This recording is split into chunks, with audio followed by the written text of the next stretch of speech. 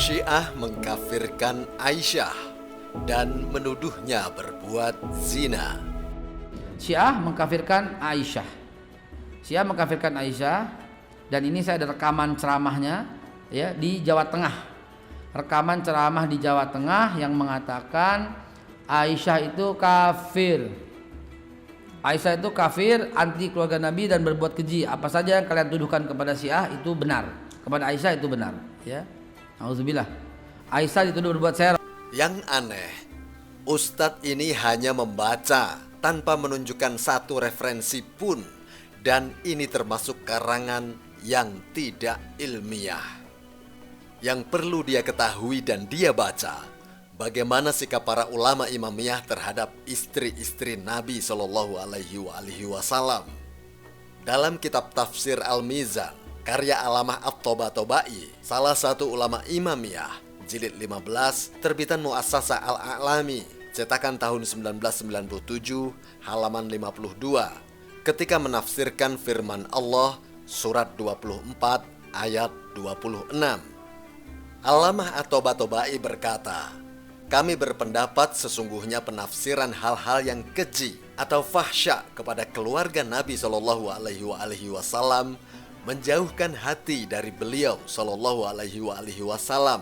Maka sudah sepantasnya Allah Subhanahu wa Ta'ala mensucikan ruang lingkup istri-istri para nabi dari perbuatan zina dan keji.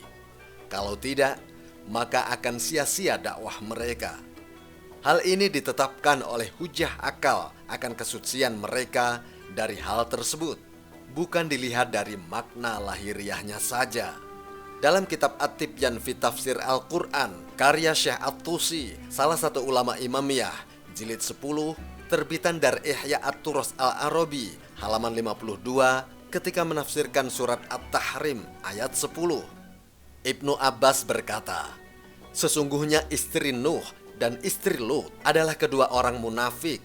Sesungguhnya istri Nuh telah kafir. Dia berkata kepada orang-orang bahwa suaminya gila. Sedangkan istri Lut genit terhadap para tamunya.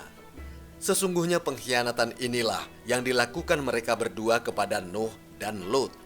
Syekh At-Tusi berkata, istri para nabi tidak pernah berzina, yang mana hal ini menunjukkan kepada sesuatu yang harus kita hindarkan dari seorang rasul. Barang siapa yang menisbatkan perbuatan zina kepada istri seorang nabi, maka dia telah salah besar di dalam pendapatnya, dan perkataan itu tidak dapat diterima. Namun yang patut dikritik oleh ustadz tersebut adalah pernyataan dari ulama yang mungkin ustadz itu cenderung kepada mereka.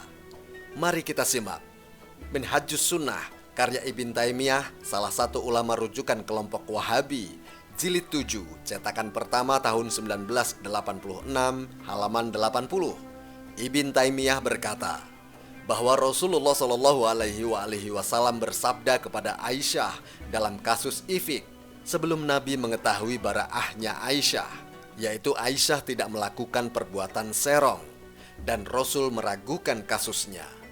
Dalam kitab Silsilah Al-Hadis As-Sahihah, karya Al-Albani, salah satu ulama Wahabi, jilid 6, terbitan Maktabah Ma'arif, cetakan pertama tahun 1996, halaman 27.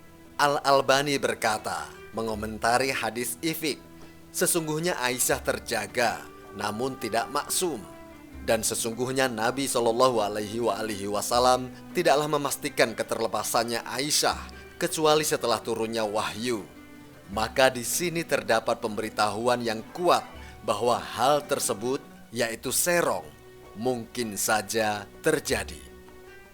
Semua fitnah tentang Syiah ini kami serahkan kepada para pemirsa di dalam menilainya.